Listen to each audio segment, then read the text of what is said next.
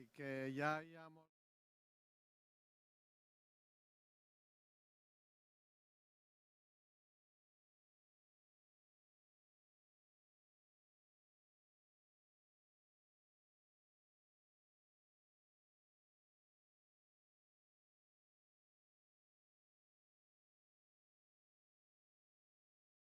a venir aquí. Doncs no faré un resum exhaustiu del que s'ha dit perquè jo crec que ja tenim per bastant i per bastant reflexió. És un discurs que a nivell polític m'ha semblat molt interessant, veurem potser per què aquí o en bilateral, perquè ve en un moment clau de la construcció europea i també del cicle polític.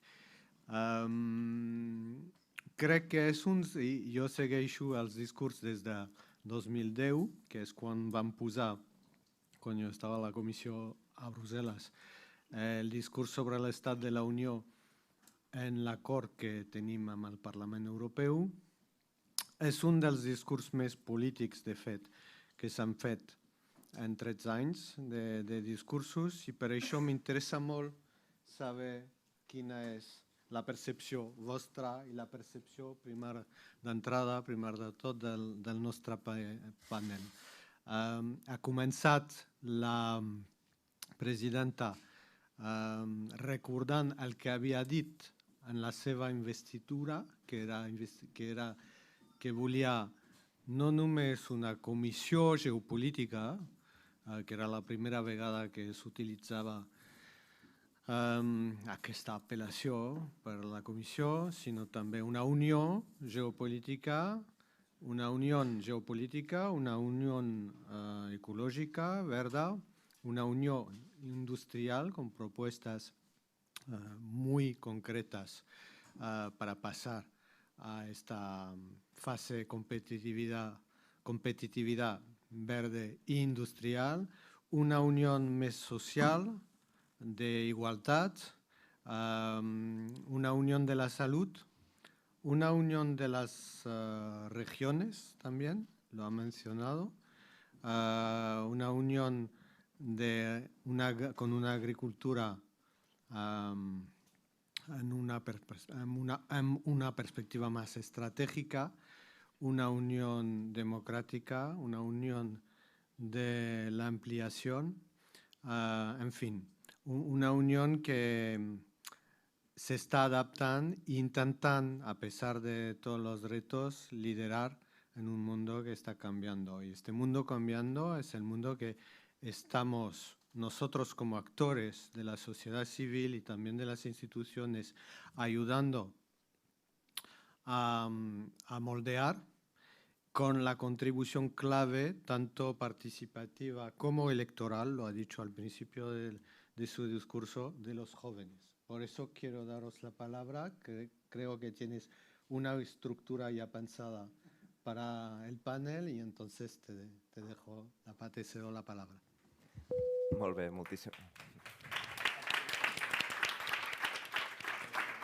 Molt bé, doncs moltíssimes gràcies. Sí, com heu vist també, com ara mencionava, el discurs no només ha començat amb una menció als joves i aquesta necessitat de les properes eleccions, doncs aquest vot que serà importantíssim, sinó que també ha acabat un cop més amb una menció als joves que d'alguna manera ha vehiculat un discurs que crec que ha estat molt centrat en aquest doble joc d'Europa davant la crida de la història, en aquest sentit d'apel·lació a la responsabilitat, però també al mateix temps d'aquesta mirada cap al futur. I per tant, vist el discurs i sabent que d'alguna manera hauríem d'improvisar una mica en base del que sortís, crec que encaixa encara més que mai aquesta taula que tenim avui.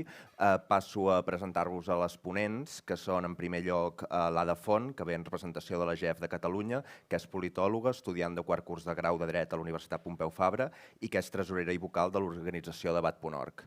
Tenim la Vivienne Ogú, que és analista de la geopolítica del Sahel i consultora en assumptes de joventut, migració i seguretat euroafricana. És graduada en Relacions Internacionals per la Universitat Rei Juan Carlos de Madrid i en màster en Seguretat Internacional per l'Institut Barcelona d'Estudis Internacionals, que a més va fundar i presideix l'organització Puerta de Àfrica i és membre permanent del caucus jove de l'organització de Ciudades y Gobiernos Locales Unidos en representació del Consell de la Joventut de Barcelona. I per últim tenim la Maria Serra, que és activista per la justícia climàtica i ambaixadora del Pacte Climàtic Europeu i representant d'Europa en l'Earth Uprising.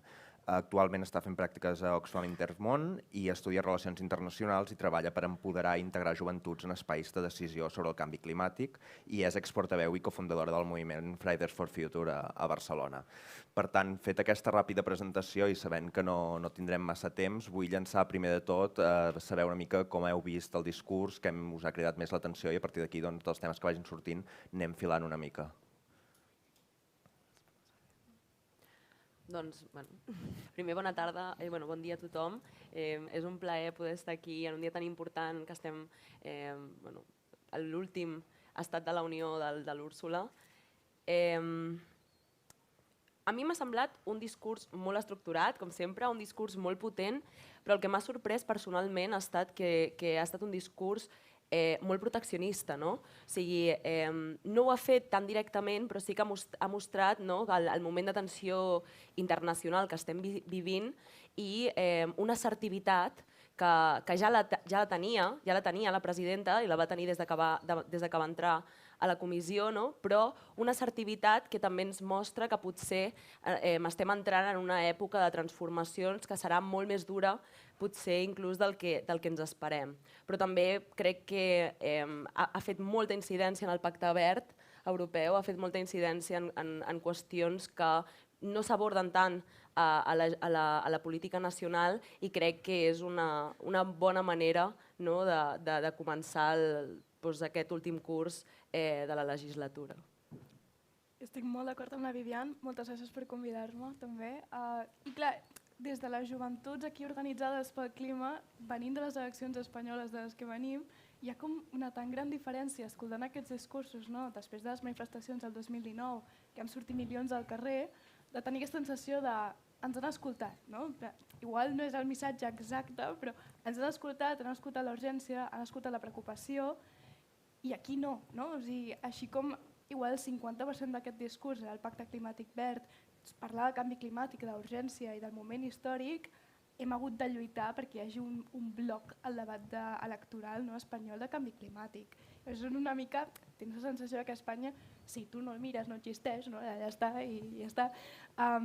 Però clar, aquesta gran diferència de realment, encara que Europa estigui molt compromesa i vulgui avançar, quins són els reptes a nivell polític que tenim de polarització, d'augment de l'extrema dreta per poder fer que això passi i de quina forma això acabarà sent realitat o no.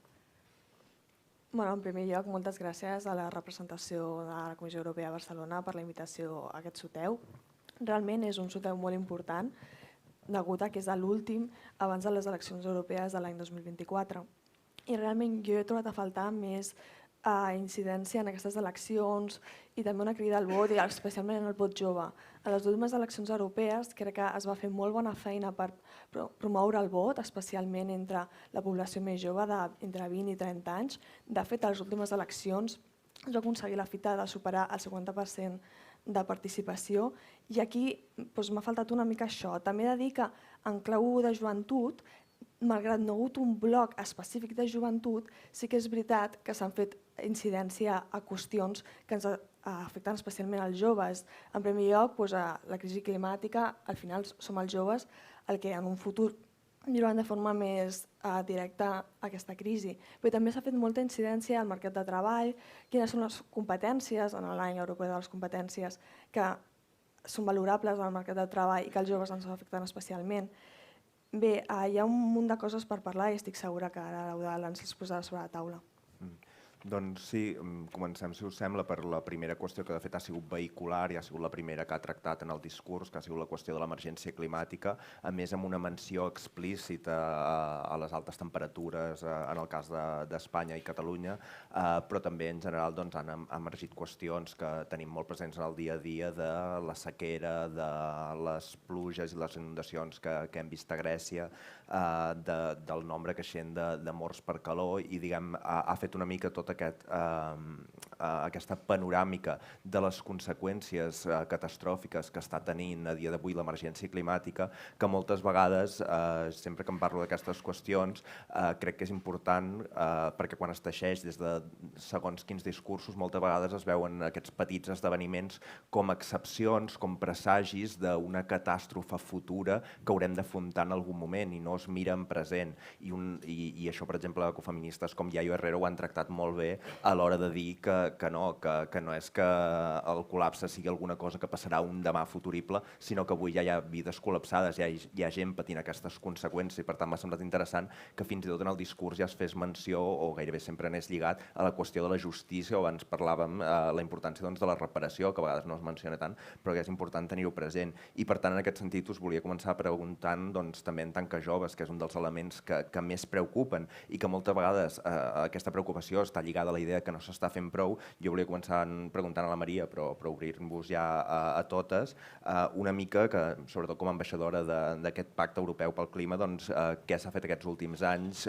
Creus que s'està fent prou? Com s'ha anat avançant, fins i tot també en relació al que deies del cas espanyol, que potser queda una mica endarrere, o en alguns casos o alguns partits. I ja dic, sentiu-vos lliures i si no, reprenem la conversa. Moltes gràcies. Doncs així com el 2019 es va aprovar el Pacte Climàtic Europeu del Verd, s'han anat afegint a través de les diferents crisis que hem anat experimentant.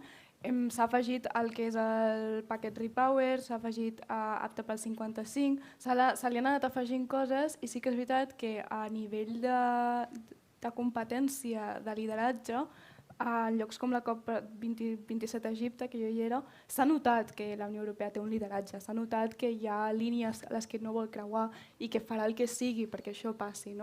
I aquí hi ha una mica de dissonància amb la resta de continents, de dir, nosaltres estem intentant fer els deures, en plan, sisplau, junteu-vos. I així com és veritat que aquestes mesures són molt ambicioses, tenim molts reptes perquè acabin passant. I crec que centrar-nos en els reptes és molt important. O sigui, tenim un repte polític, al final també de continuar, l'any que ve hi ha eleccions, és molt important que el Pacte Climàtic Europeu continuï després d'aquestes eleccions. I com estem veient en petita escala al resta d'Europa, la població per primer cop sembla tenir menys consciència del que tenen els polítics. En plan, aquí a Barcelona hem lluitat i hem votat en contra de seguir fent una ciutat més verda. I això tenim un perill que acabi passant a tota Europa. Per tant, crec que centrar-nos en les eleccions, com he dit, és molt important. I també aquesta dissonància en què fem, què fem perquè aquest pacte acabi sent real, perquè acabi tenint tota l'ambició que ha de tenir. I a mi m'ha faltat molt una branca, que sí que he vist que el pacte té més, però que no ha mencionat, d'adaptació. O sigui, els incendis són avui, aquestes setmanes, no és només mitigació d'anem a baixar emissions, que sí que s'ha de fer i es farà. Hem de començar a adaptar-nos ja, ahir, perquè la gent que està inundada, la gent que se li ha cremat la casa, se li va cremar ahir. No d'aquí 10 anys, no d'aquí 5. Per tant, crec que com a Europa, perquè ens hem centrat molt en l'adaptació i pèrdues i causes del sud global, i per alguna mena, i crec que una mica de super... Nosaltres aquí no passarà, no ens hem centrat tant en adaptacions a Europa, que començaran a ser molt importants, sobretot a Espanya també. Per tant, crec que centrar-nos en això també és molt important. Bé, sí que és veritat que el paquet de mesures que incorpora el Pacte Verd Europeu són mesures molt ambicioses, però no penso que perquè siguin ambicioses són irrealitzables. És a dir, habitualment s'ha posat la tessitura de si creixement econòmic i sostenibilitat podrien anar de la mà, però la Unió Europea ha demostrat que això pot ser així. I ho va demostrar entre 1990 i 2016, en què el creixement econòmic va ser del 53% i es van reduir les emissions d'efecte hivernacle en un 23%. Per tant, les ambicions que tenim per futur crec que són realitzables, tot i així ha d'haver-hi, com deia, diàleg social amb els agents socials, persones involucrades amb experts perquè això sigui possible. I també a mi una mica el que m'ha faltat poder era una mica del reforç al món local. És a dir, les mesures no s'apliquen perquè s'apliquen, algú les ha d'aplicar i seguint el principi de subsidiarietat hauria de ser el món local qui les hauria d'aplicar. Per exemple, aquí a Barcelona podem parlar de les superilles o podem parlar d'un urbanisme més sostenible o fins i tot urbanisme feminista. Les ciutats habitualment han estat pensades per homes que anaven a treballar i únicament amb aquests tipus de trajectes, però crec que realment hem de repensar les ciutats en clau de gènere, pensant que ha d'haver-hi nens i que el treball de cures existeix i ha de tenir un lloc a la ciutat. Per tant, decisions judicials com la dels últims dies del Consell de Cent, la superilla, sorprenen tant, sobretot amb la clau que ara es mou a Europa de sostenibilitat.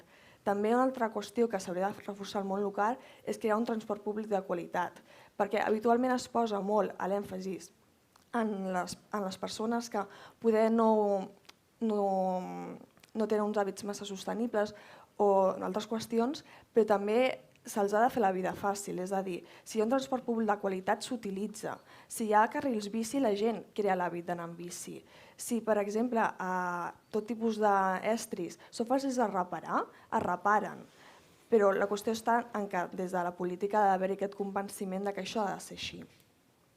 Estic molt d'acord amb el que estàs dient, Ada. Ha estat molt interessant. Jo crec que també ens ha faltat una qüestió que ha estat vincular diguem-ne, l'avenç de totes aquestes mesures climàtiques també a una qüestió fonamental que és l'avenç de l'extrema dreta a Europa. Sí que és cert que la Comissió Europea i el Parlament Europeu tenen, crec que, una tendència progressista en un sentit ampli, que no es veu reflexada sempre en els parlaments nacionals. Llavors, com podem avançar, per exemple, en assegurar que les grans empreses tenen un retorn per la contaminació que produeixen o que han de fer aquesta transició tecnològica per assegurar que deixen de contaminar de la manera que ho fan si els parlaments nacionals no fan un cordó sanitari a aquesta dreta negacionista d'una crisi que estem ja patint. Crec que la presidenta també ha fet referència al sector automobilístic, una referència molt pertinent, però m'ha obert una qüestió i em pregunto, necessitem una transició, necessitem que els cotxes els cotxes elèctrics siguin accessibles pel 99% de la ciutadania, perquè actualment només aquelles persones de renda alta poden permetre-se'l, i per tant una limitació de la competitivitat que poden tenir, per exemple, les empreses xineses, quin impacte podrà tenir això? És a dir, nosaltres, les nostres empreses, són prou competitives, com farem aquest tipus d'inversions? Crec que ha estat una crítica molt pertinent al sector automobilístic i a la competència de la Xina, però jo em pregunto com aconseguirem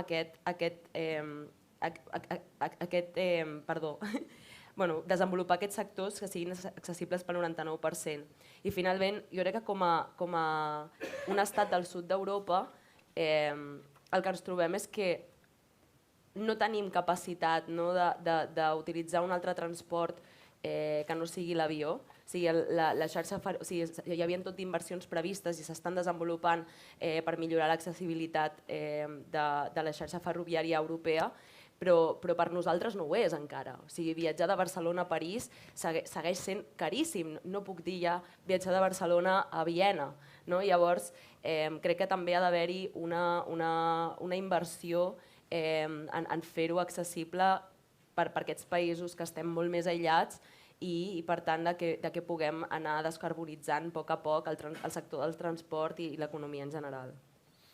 Sí, una cosa que no he dicho al principio, que iremos cambiando un poco de idioma, igual como se ofrecía antes el discurso en catalán y en castellano, y también porque sabemos que hay algunas personas que entienden mejor el castellano y que nos parezca raro si vamos haciendo el cambio mientras hablamos. Pero justo relacionado con esto que estábamos hablando, me parece muy interesante que ahora estabais hablando de transporte público, de la necesidad de descarbonizarlo, de pensar esta nueva organización territorial en base a la mirada climática, que justamente el discurso ha ido muy enfocado a la reindustrialización industrialización, a la creación de puestos de trabajo, a esa transición justa, que en cierto modo, cuando pensaba todo el discurso articulado en base a esta respuesta de la historia y haciendo incluso mención a la fundación de la Unión Europea como comunidad de solidaridad, me parecía muy importante hablar, y también han aparecido los fondos Next Generation, no solo como una respuesta material concreta a la crisis, sino al mismo tiempo como la posibilidad de empezar a construir un marco ecosocial común y, en cierta forma, dar respuesta a todas estas problemáticas que son de presente,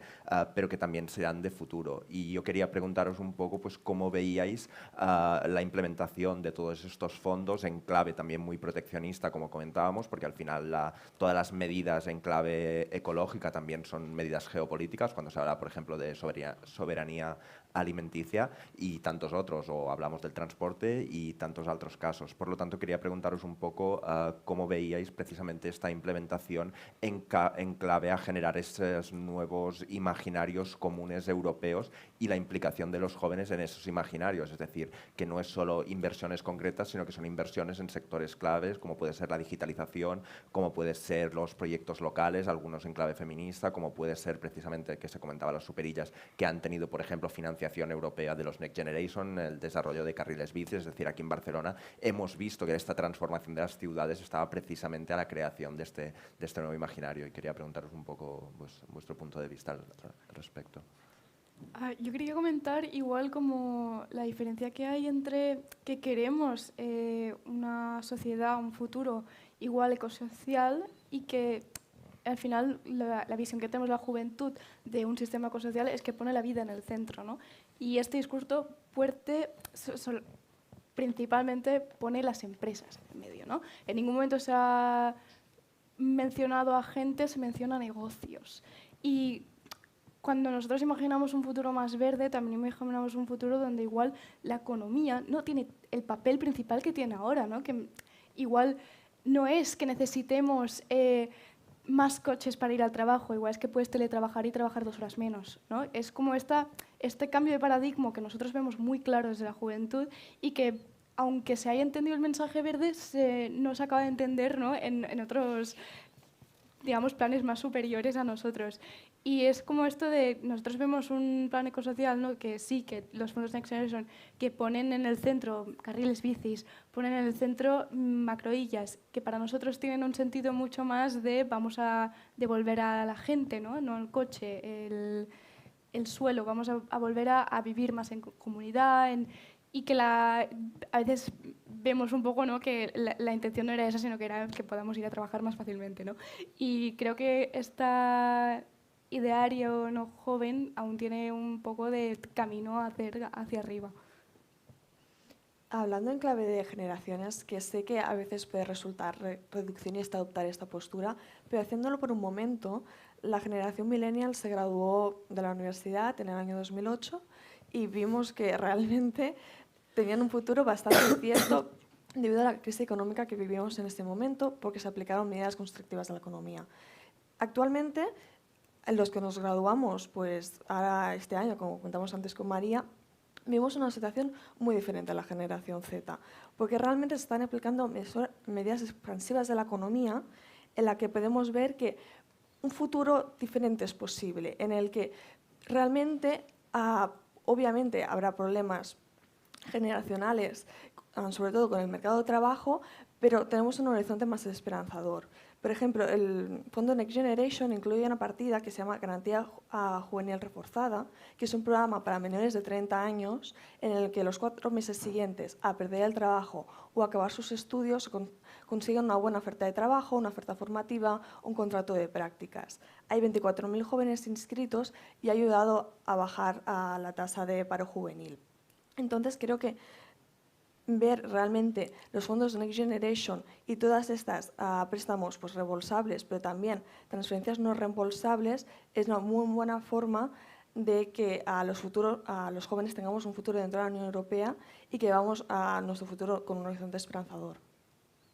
O sea, yo pienso que es consenso, bastante consenso, de que los fondos Next Generation han tenido una muy buena acogida por parte de los Estados miembros.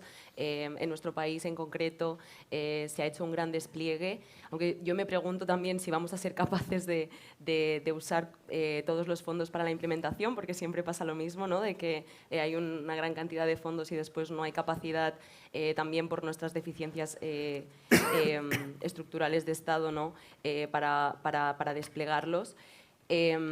Y aunque sí que es cierto que se están dando programas concretos para las cuestiones de juventud, o sea, yo pienso que sería como de particular interés, ¿no? que en el uso de esos fondos se transversalizaran algunos de estos criterios, ¿no? O sea, creo que es como...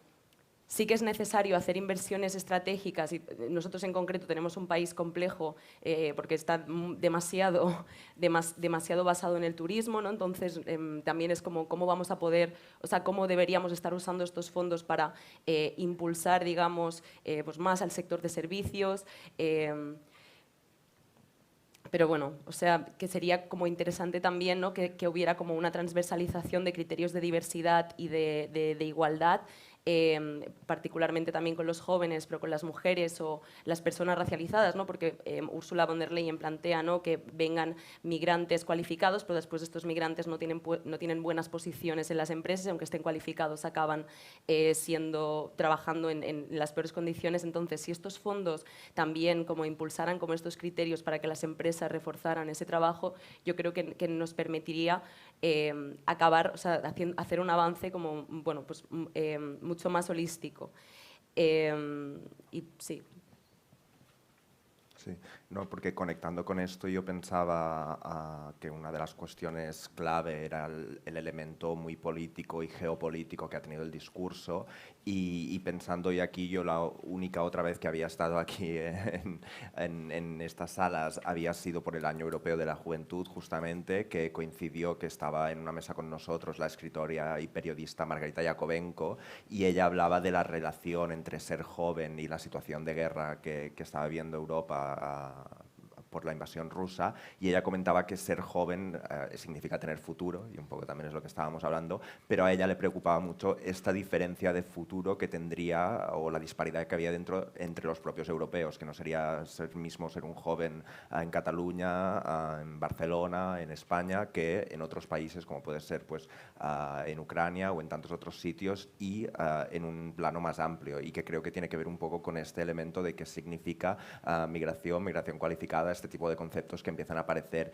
Y justamente, Vivian, quería preguntarte un poco, porque bueno, en el discurso han mencionado explícitamente el Sahel, la parte de la guerra, que muchas veces nos centramos en los efectos de Rusia solo en la invasión ucraniana, pero también tiene otros efectos geopolíticos que afectan directa e indirectamente la Unión Europea, y tú has trabajado muy bien pues, la crisis del Sahel, y básicamente pues, sobre todo en relación al futuro de países como Mali o Burkina Faso, donde el giro prorruso sí que ha sido muy importante, y parte de la desestabilización viene tanto de esa intervención como de la intervención previa europea, y creo que es importante.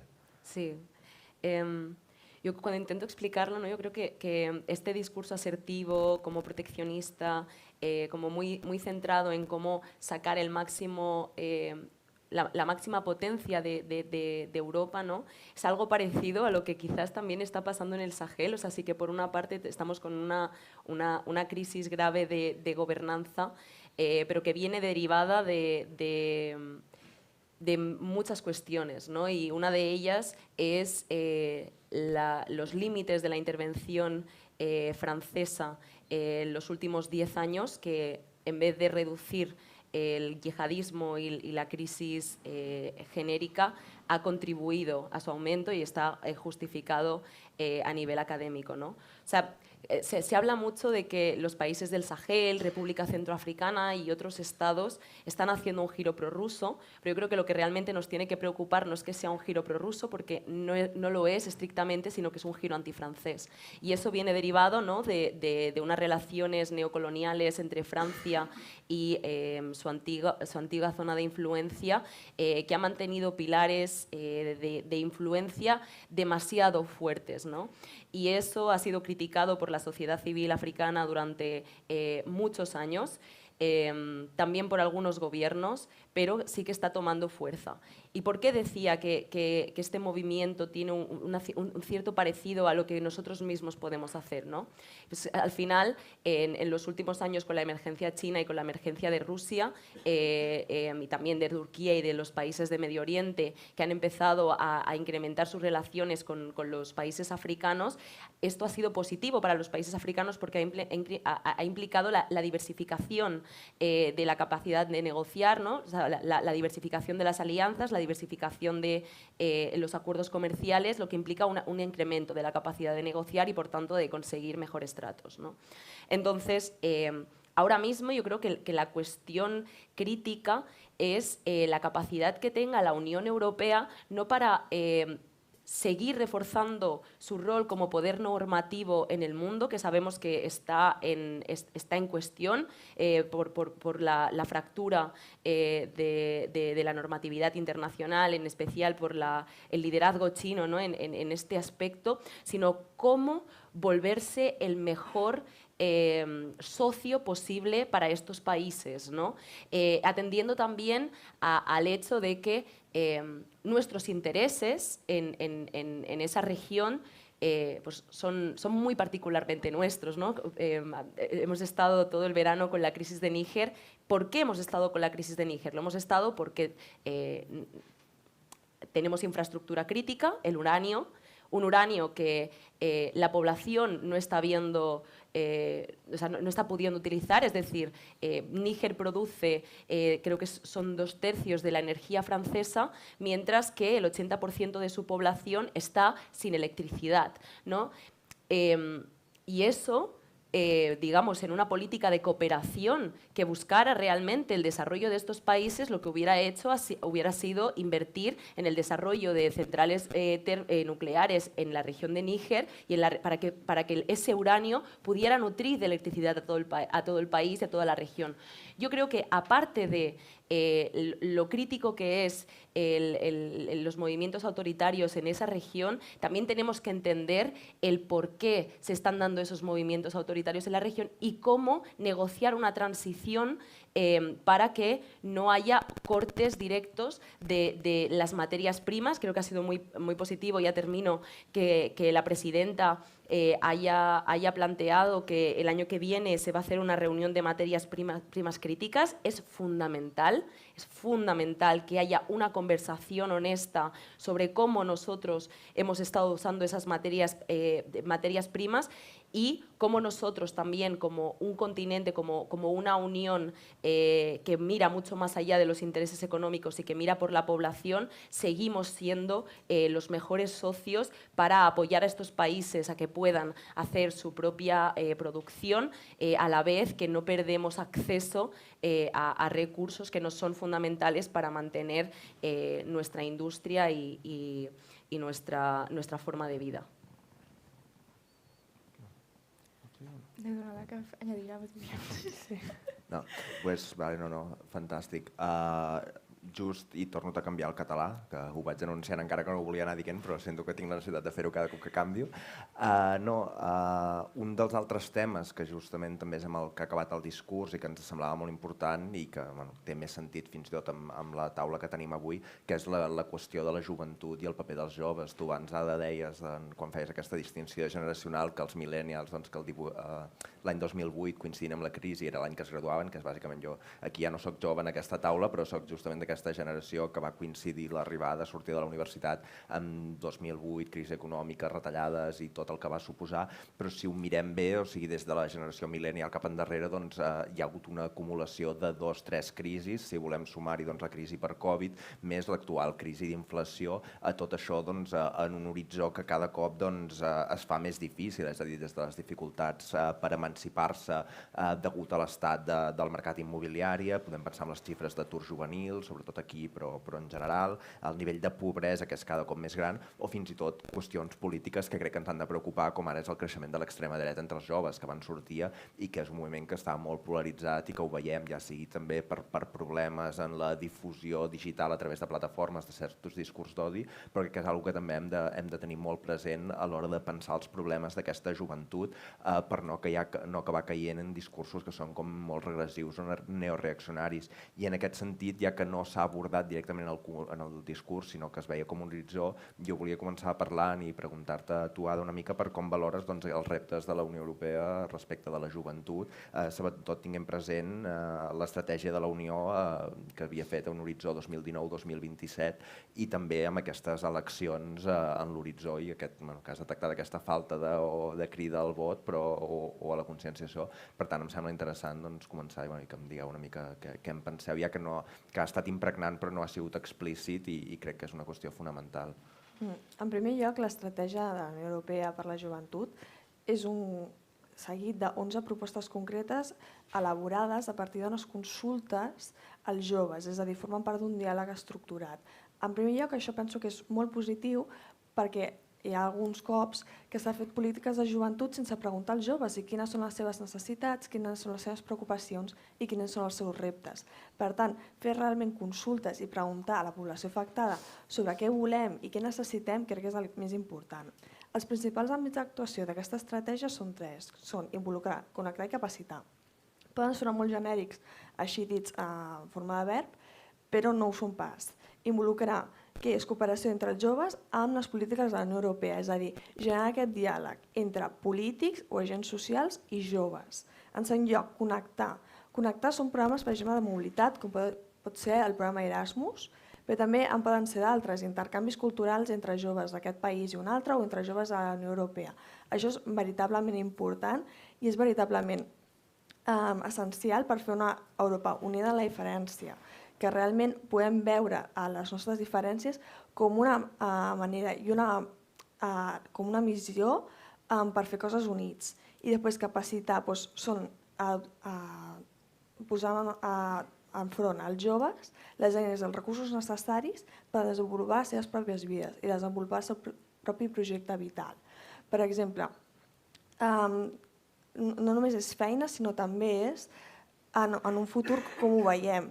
Hi havia molts joves, sobretot en relació a l'ansietat, i tornant al primer tema, que, per exemple, no es plantejaven en formar una família en un futur degut a que realment la conjuntura econòmica és molt desfavorable i la conjuntura de sostenibilitat tampoc.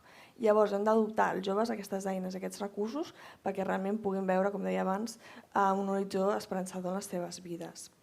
Llavors, aquestes 11 mesures de l'estratègia de joventut són molt àmplies, incorporen mesures, per exemple, en salut mental i benestar, però també en creació de llocs de treball de qualitat i qualificats, però també dona un espai de participació a tots els joves perquè puguin dir la seva.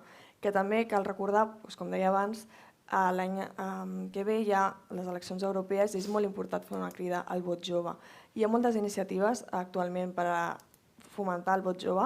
Una d'elles és la de la GEF, la Eurohope, que és un mecanisme de participació en què els joves poden fer consultes i propostes concretes per les eleccions, però també hi ha d'altres iniciatives i segurament acabaran sortint d'aquí a les eleccions.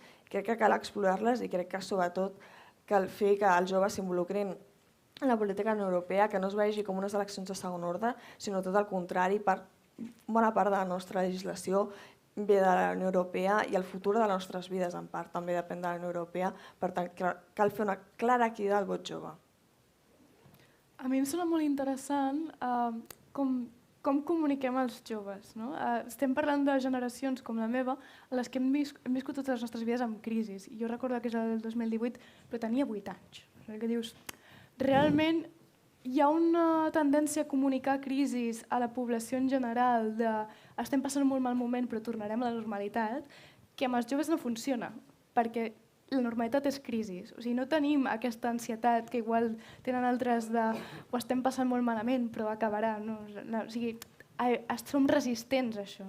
I crec que hem intentat comunicar canvi climàtic i emergències amb aquest mateix missatge de ho estem passant molt malament però acabarà, i no funciona. I crec que començar a comunicar als joves tens oportunitats de tu construir un futur millor, no és que això sigui una crisi, és una oportunitat de canvi, és una oportunitat de tenir tu poder, de veure què pots fer, és molt important, i començar a comunicar això amb les eleccions europees també, perquè al final gran part d'això que diuen de la conscietat, que els joves estem molt estressats, que sí que és veritat, però els joves estem molt estressats perquè no tenim poder, perquè no som capaços de decidir el nostre futur. Absolutament totes les converses que es tenen sobre el nostre futur les té gent que no hi serà i que no ens escolta, i la conscietat ve d'estar fora d'aquesta sala, de veure-ho des de fora. En el moment en què posem una cadira, que escoltem els joves, que se'ls consulta, gran part d'aquesta conscietat se'n va i gran part d'aquest sentiment de no poder fer res també. Per tant, afegir els joves a aquestes taules, fer narratives joves, serà molt important. Jo faria una diferenciació forta entre el que és el treball que fa la Unió Europea i les institucions europees amb els joves i el que fan els estats membres. Jo soc de les joves que l'any 2019 es van ficar a cercar firmes i a promoure el vot jove, i arrel d'això vaig poder comprendre molt més totes les institucions, perquè realment hi ha moltes iniciatives per vincular i facilitar la informació mútua, tot i que òbviament sempre més la informació cap al jovent des de les institucions. L'any europeu de la joventut es van desenvolupar moltes accions, però que no eren noves, volguem dir que ja els comissaris europeus ja portaven anys treballant amb el jovent, escoltant el jovent, participant de les nostres iniciatives i sent una mica com padrins d'aquest europeisme creixent que s'ha anat donant al llarg dels darrers anys. Els estats membres és diferent, com tot. La Unió Europea sempre té aquesta posició molt més progressista i crec que és fonamental que aquest any, enfocats a la promoció del vot jove per les eleccions europees, que el Parlament i la Comissió s'asseguin com a lobby, facin com a lobby i demanin realment un compromís ferm als partits polítics per incloure candidatures joves en posició de sortida. Si volem que hi hagi interès i que hi hagi compromís amb la integració europea, cal que també hi hagi compromís amb les nostres preocupacions, amb el nostre lideratge i particularment que hi hagi un reforç del treball intergeneracional, perquè estem visquent un moment crític a nivell global que no crec que siguem capaços de vèncer, que siguem capaços de fer Europa realment aquest gran actor enfront a la ràbia que hi ha en contra nostra i enfront a la força que estan agafant altres països, sense ficar totes les ments i totes les mans a treballar per això. Llavors, com deia, penso que calen més joves a les llistes electorals, calen més joves als governs, calen més joves a la comissió. Espero veure un comissari o una comissària jove a la pròxima legislatura. Em diuen que no pot ser. Serà difícil, però jo crec que si realment volem que hi hagi aquest compromís amb el futur de la integració europea, ha d'haver-hi un compromís per ambdues parts. Molt bé, amb això ja acabem una mica, més que acabem, obrim el debat a tothom, que podeu fer preguntar en català, en castellà. Jo llenço també ara una pregunta per vosaltres i pel públic, per tothom que vulgui, que és, havíem dit d'acabar una mica amb aquesta visió de futur que ha marcat el discurs, doncs pensar com veieu el futur d'aquesta Unió, si voleu en concret, en base a molts dels elements que han sortit i que no hem comentat, com ara pot ser l'ampliació, les qüestions de digitalització, intel·ligència artificial, no ho sé que han sortit molts temes, no els podem abordar tots, però ja dic, i això està obert també al públic, si creieu que hi ha algun tema o alguna valoració que vulgueu fer, doncs endavant, que ara és el moment. A mi m'agradaria valorar sobre la possible entrada d'Ucraïna a la Unió Europea, i és que en el moment final del discurs hem pogut sentir com es feien certes apel·lacions a l'ampliació de la Unió Europea fins a 30 estats membres, amb Moldàvia i Geòrgia. I Ucraïna sí que és veritat que ha aconseguit l'estatus d'estat candidat, però això no ho és tot, perquè a vegades sembla que això ja ho tenim a tocar i probablement no és així. Realment, per saber si Ucraïna pot ser membre de la Unió Europea o no, hem de mirar els criteris de Copenhagen, criteris polítics, econòmics, però també d'assimilació del bagatge comunitari. I bé, ara fa poquets dies veiem com se'ls havia posat fer 7 reformes i n'havien complet 2, i realment s'havien fet bones reformes en el camp de la judicatura, però també en la lluita contra la corrupció, però hi ha un llarg camí a recórrer. Justament Ursula von der Leyen deia que probablement serien uns 20 anys.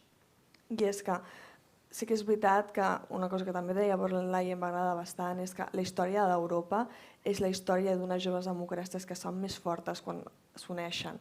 I realment crec que aquest és l'horitzó que hem de tenir de cara a l'ampliació de la Unió Europea.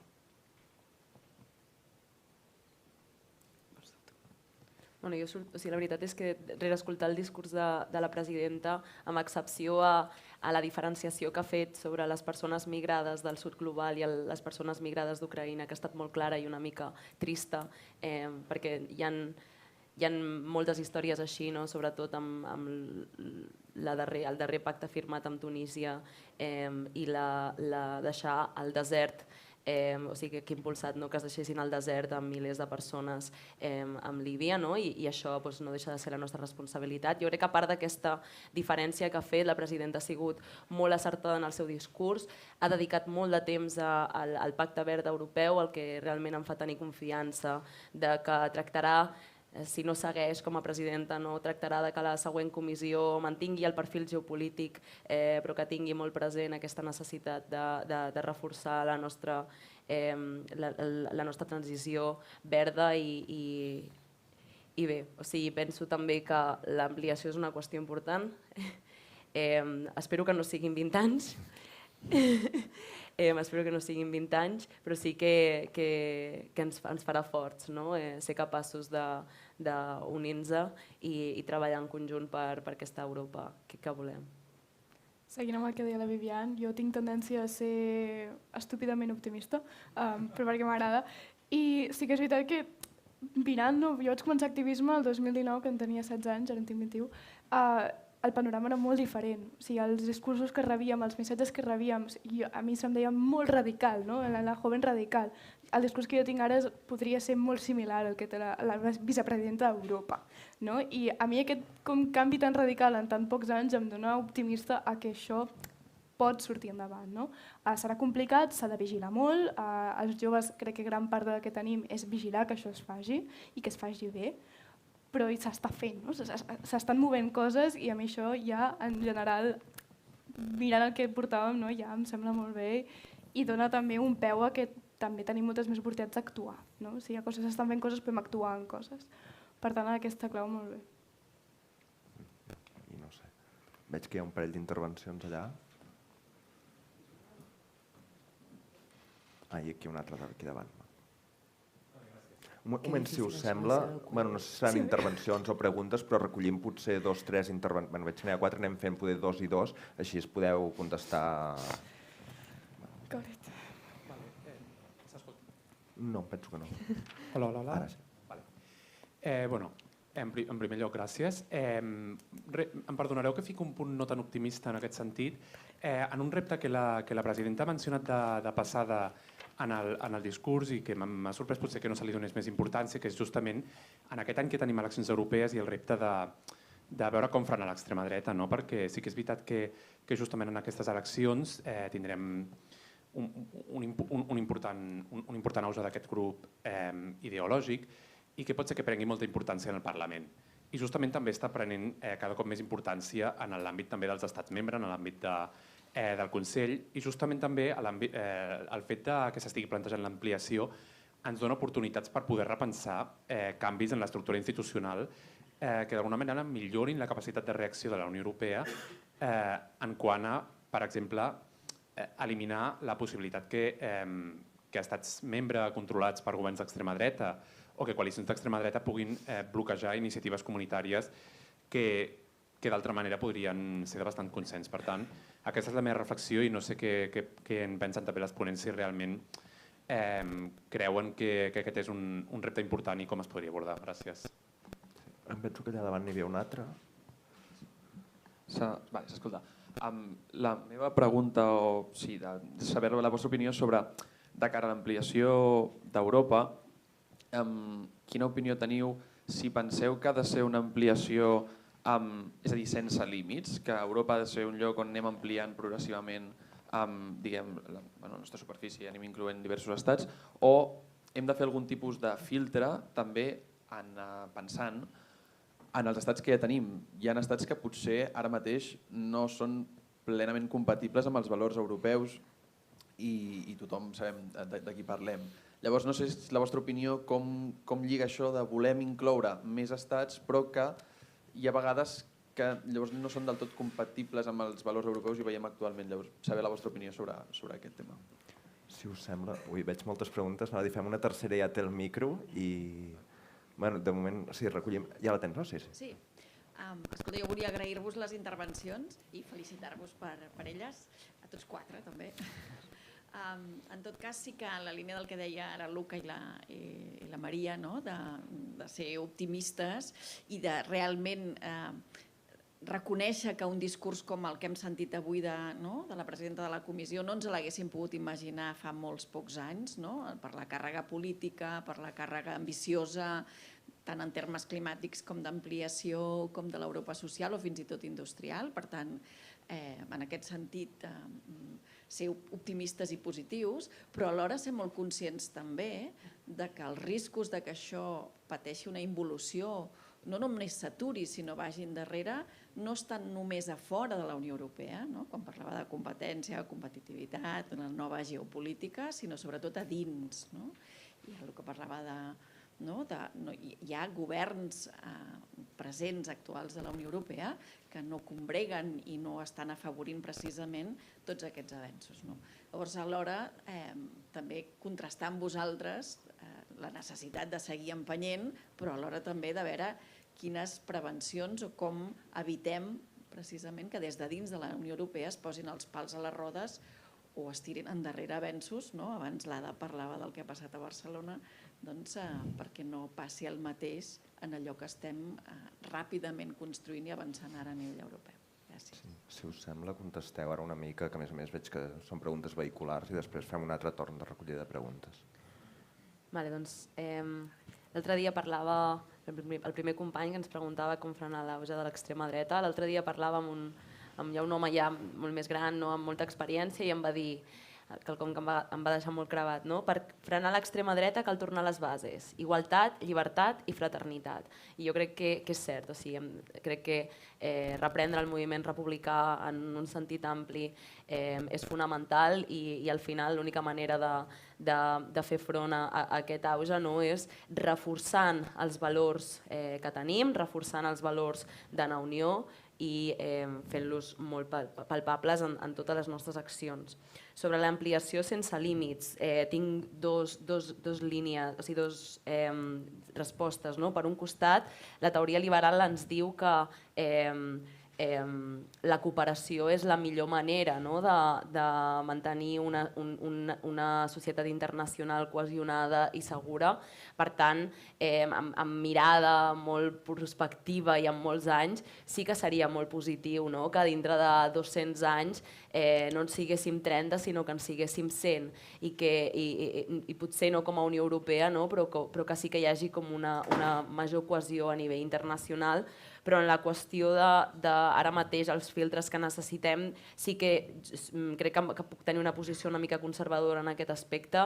Crec que és fonamental mantenir els valors de la Unió Europea que compartim la gran majoria dels estats membres de la Unió Europea i necessitem una reforma dels tractats per evitar la unanimitat, perquè no pot ser que hi hagin estats que puguin frenar tant qüestions que ni tan sols són crítiques, com podia ser la signatura dels acords post-Cotonou, que els han tingut bloquejats durant no sé si un any i que poc tenen a veure ni amb Polònia ni amb Hongria. O sigui, aquest pal a la roda, com comentaven, necessita que acabi en aquest aspecte.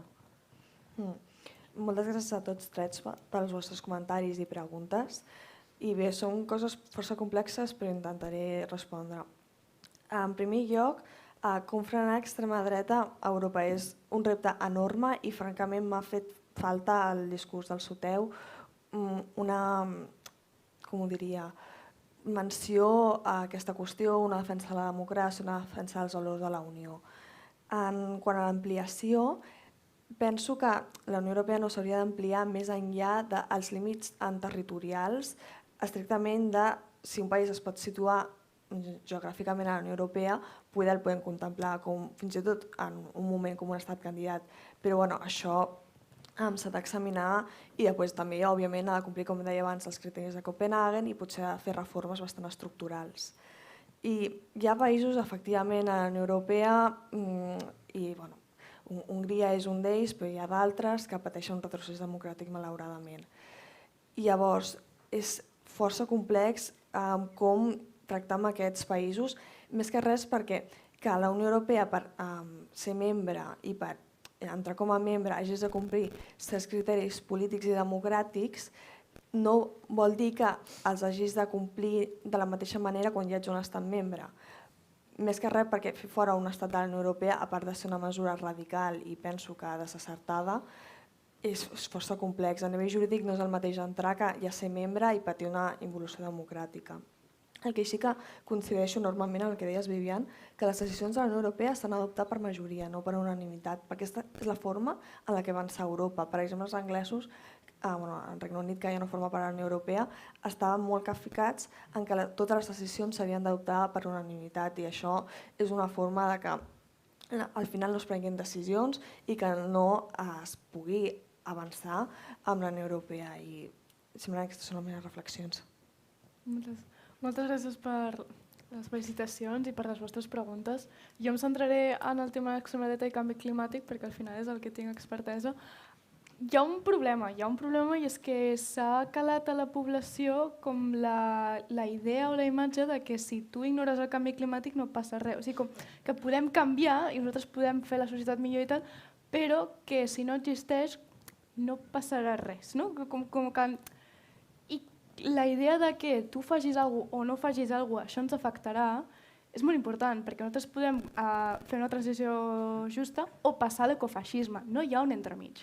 O sigui, va dir, no me'n recordo el nom, però ho citarem com a mi i ja està.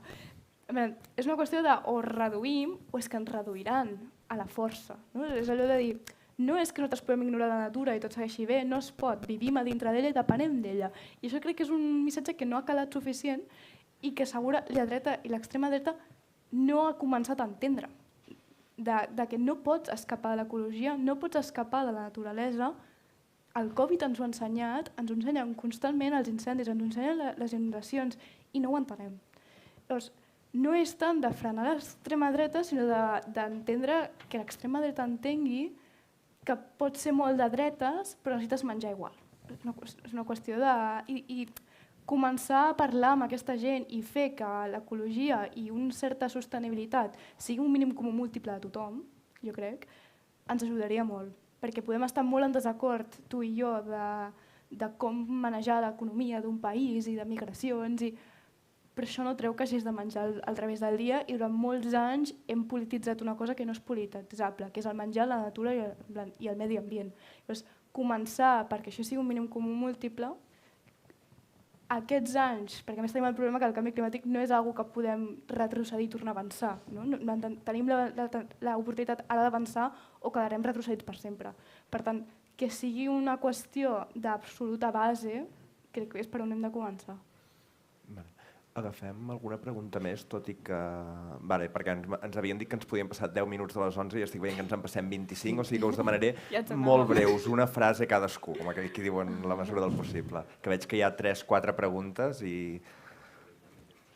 Bon dia, em dic Josep Canals, faig de secretari general de MedCities, que és la xarxa d'ajuntaments mediterranis dels 3 continents, de les 3 vores, i ho menciono perquè una de les coses que almenys mentre venia, que sentia el discurs, i potser me n'he perdut alguna cosa, no he sentit a mencionar que jo soc un obsessionat de, quan parlem tots aquests discursos, com aplicar. Estem en teoria en la dècada de la implementació, però encara continuem fent discursos i costa molt aterrar. Les xarxes com nosaltres el que fem és mirar d'aterrar. I jo he trobat a faltar, almenys el que jo he pogut sentir, el paper de les autoritats locals. i com les autoritats locals, els ajuntaments, són un element clau i imprescindible per aterrar l'Agenda 2030, per aterrar el New Green Deal, per aterrar tot, diguéssim. I ens trobem que a la Mediterrània la majoria dels ajuntaments no tenen ni mitjans humans ni mitjans financers per poder atendre aquests reptes gegantins que hi ha sobretot al sud i a l'est de la Mediterrània. I estic fent una reflexió, però que m'agradaria molt sentir la vostra opinió. Per cert, no ho he dit, us felicito. Fa 30 anys vaig començar en activisme polític i és una meravella sentir la preparació i la visió que teniu. I lligat a això i la importància no només de la implementació que tenen, la capacitat d'implementació que tenen els ajuntaments i que sovint els estats obliden, sinó el paper més polític de diplomàcia local, que nosaltres ho veiem, la nostra assemblea, per exemple, 73 municipis, som, si voleu, modestos, la majoria del sud i de l'est, però com desapareixen les fronteres, com desapareixen les barreres, i aquest factor tan fort que té la diplomacia local, també posar-lo en valor. I una segona, i acabo, que és, ho dèieu, la política de joventut no pot ser feta sense el jovent, és evident. En moltes altres polítiques, la política també de sostenibilitat no ha de ser només feta amb una visió eurocèntrica i amb els nostres valors, i això ho trobem també, ho he trobat, tot i que no tant en la meva experiència a Colòmbia, però sobretot a la Mediterrània. De dir, vigilem amb quins valors volem transmetre per arribar als fins que tots compartim. I em sembla que això també és un element que voldria posar sobre la taula. Gràcies. Sí, seré ràpid. Doncs, Xavier Nassans, secretari general de l'Euroregió Pirineus-Mediterrània, afegir al meu col·lega al nivell de les regions. Em sembla que la presidenta ha parlat dels territoris, de les regions, i jo somniaria en Europa de les regions, i doncs fer-la factible. I com les ciutats són l'element factible, tangible per fer les accions europees, les regions per nosaltres són, i les euroregions, que és una eina europea, són, segons jo, un dels nivells més adequats per fer arribar al ciutadà unes accions que els hi parlin. I doncs enhorabona encara per aquest debat. Per allà darrere em penso que n'hi ha un parell més i allà. Són 3 en total i ja no més, perquè si no em penso que sí que ens faran fora patades. Hola, bé, gràcies. Volia comentar-vos i preguntar-vos alhora que porteu parlant sobre el jovent com un col·lectiu, englobant-lo en un. Però ara que parlàvem d'extrema dreta és cert que hi ha una gran part de la població que dona suport a aquestes idees que precisament és jove. I volia preguntar-vos com creieu que podem abordar aquest conflicte dintre d'una mateixa generació i com podem posar-nos d'acord de cara a aquest futur que compartirem. Gràcies. Merci. Jo volia preguntar sobretot que ha mencionat la presidenta la situació de l'Àfrica i les relacions que mantenim amb l'Àfrica i sembla ser que hi ha 2 posicions dins de la Unió Europea, una que tracta amb paternalisme a l'Àfrica i els seus països i l'altra que vol fer una nova manera de ser a l'Àfrica amb més diàleg, més consens, un tu a tu, sobretot amb la Unió Africana i tot allò. Al final és veure quin model ha fracassat. Un d'aquests és el paternalisme, que ho ha abandonat països com França, i al final és això, què opinen les ponents de com podem relacionar-nos amb Àfrica sense caure en aquest paternalisme que hem caigut sobtadament. I fem, si us sembla... Sí? Merci. Perdoneu perquè ara tindreu un problema resolent tants temes de cop, però em poso un altre molt ràpidament, que és una qüestió més econòmica, perquè Europa sempre s'ha llegit molt com un club d'estats que defensen els seus interessos econòmics, té un fonament molt econòmic, i a partir d'aquí us volia plantejar quines són les vostres visions des d'un punt de vista de la vinculació amb una perspectiva més social i amb 2 vectors molt concrets. D'una banda, la fiscalitat, i com a la Unió Europea no hi ha un cert grau d'harmonització fiscal, si bé és cert que ahir vam tenir una notícia d'una possible passa positiva en aquesta direcció, però mentre tinguem Irlandes i mentre tinguem una competència cap avall que fa que ens fem trets al peu econòmicament, no recaptant els impostos de les grans empreses multinacionals que necessitem per finançar les nostres polítiques públiques europees ambicioses, trobo que això serà un problema i no sé quina visió en teniu. Aquest és un vector. I l'altre vector, una mica connectat amb aquest, també recentment es va publicar i ha corregut que tots els, però vaja, aquesta informació és pública, tots els principals lobbies que operen a Brussel·les tots, Bruegel i companyia, tenen finançament de les grans empreses tecnològiques. Llavors, us volia comentar si creieu que, malgrat aquest gir i un enfocament molt més progressista a la crisi de la Covid i de la guerra d'Ucraïna de la presidenta von der Leyen en comparació amb Juncker i el 2008, malgrat això, sembla que qui segueix tenint un accés molt més privilegiat al lobbying i a les institucions europees i que té capacitat de bloquejar certes polítiques econòmiques són les grans empreses. I volia posar l'accent aquí. Merci. Contesteu com vulgueu, el que recordeu i el que tingueu temps. Sí, 5 minutets, o sigui, intenteu també. Tema molt ràpid de com fem per parlar entre el jovent i ser un col·lectiu. Jo aquests dies, després de les eleccions espanyoles, la veritat és que ho he notat molt, però perquè de sorpresa absoluta m'he trobat amb que amics meus han votat a Vox. I estàvem de festa, i ser amic meu a vegades és complicat. Estàvem de festa i clar, a les 2 del matí ens vam posar a parlar de política, amb cubates pel mig i tal, i al final, clar, igual en una qüestió molt redaccionista, però si tu parles, hi ha una qüestió és que ens falta el diàleg, o sigui, se'ns ha, com a individualista total, se'ns ha tret el diàleg respectuós entre partits i entre joves també, i si tu no parles mai amb la gent, si l'únic que fas és Twitter, és molt difícil que mai siguem un col·lectiu de res, ni nosaltres ni la societat en general. Crec que fomentar espais de trobada, de debat, de per què penses això, ve de la mateixa emoció que jo, estàs tan espantat com jo?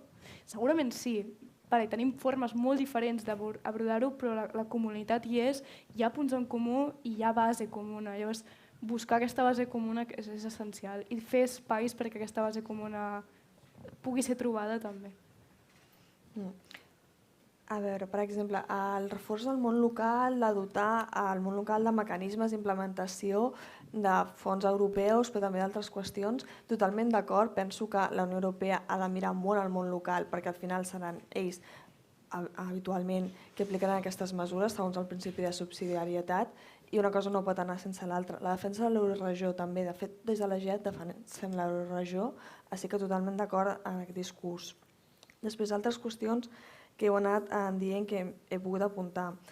Sobre la Unió Europea, el que ens uneix i el que no ens uneix. La Unió Europea al final sí que és una mica sui generis a nivell acadèmic, però una definició bastant consensual de què és la Unió Europea és que és una organització internacional d'integració. I com a organització internacional d'integració el que hem de veure és en quines coses ens podem unir i han de ser coses, a un primer moment eren sobretot a nivell econòmic, però també ara han de ser a nivell social i probablement això passa per una unió fiscal i també en passa per un altre seguit de qüestions que hem de tenir en matèria comuna. I sí, bàsicament això. Sí, coincideixo. Sens dubte la governança multinivell és fonamental per també fer front als grans reptes que tenim. O sigui, la migració es gestiona a les ciutats, el canvi climàtic s'ha de gestionar a les ciutats, tot realment passa per les ciutats i els governs regionals també tenen un rol fonamental en assegurar aquesta coordinació. Llavors, crec que ens fa falta molts més espais conjunts per debatre per reforçar els mecanismes de coordinació i que potser sí que és cert que es necessita que a nivell europeu es fiqui molt més, hi hagi molt més interès en parlar sobre el rol dels diferents nivells de governança en el futur d'Europa i en especial si ens plantegem que en algun moment pugui haver-hi una Europa federal. Sobre el jovent i l'extrema dreta és preocupant però també és científic. Els joves en general voten al partit contrari al moviment polític de l'estatus quo en el moment que els hi toca votar per primera vegada. Llavors és com si ja veníem d'un moviment més aviat progressista arreu d'Europa i els partits que es posicionaven com els partits rebels que van en contra de tot allò que no funciona és aquesta extrema dreta. És prou natural que hi hagi tant d'impacte entre els joves. Llavors la qüestió jo crec que és que necessitem un pacte entre partits per defendre els valors fonamentals i aquest cordó sanitari, no? A un moviment que ens recorda massa el feixisme del segle XX. Sobre l'Àfrica l'hem de veure com un cas de negoci, jo crec. Crec que aquest és la forma en la que serem capaços d'avançar. Com explicava abans, ells es veuen a si mateixos com un cas de negoci, ells negocien i ells busquen el millor pels seus interessos. Llavors crec que és moment de tenir una perspectiva de cooperació, o i tant, però que el que volen són inversions, reparacions, o i tant també, però inversions i sobretot vinculant amb la fiscalitat, el que necessiten és no només que les nostres empreses paguin impostos als nostres països, sinó que també paguin impostos als països en els que estan treballant i d'on extreuen els recursos o on acaben exportant tot l'excedent. Llavors sí, més impostos, jo sempre estic a favor d'això, que ens ajudi a avançar cap a aquella Europa social que al final jo crec que els joves, si algú tenim, és que ens sentim ja molt connectats els uns amb els altres, ens sentim molt propers amb els austríacs, amb els txecs, no importa, no? I crec que això es pot reforçar si s'inverteix molt més en aquest espai comú. Doncs molt bé, si us sembla ho deixem aquí. Moltíssimes gràcies per tot.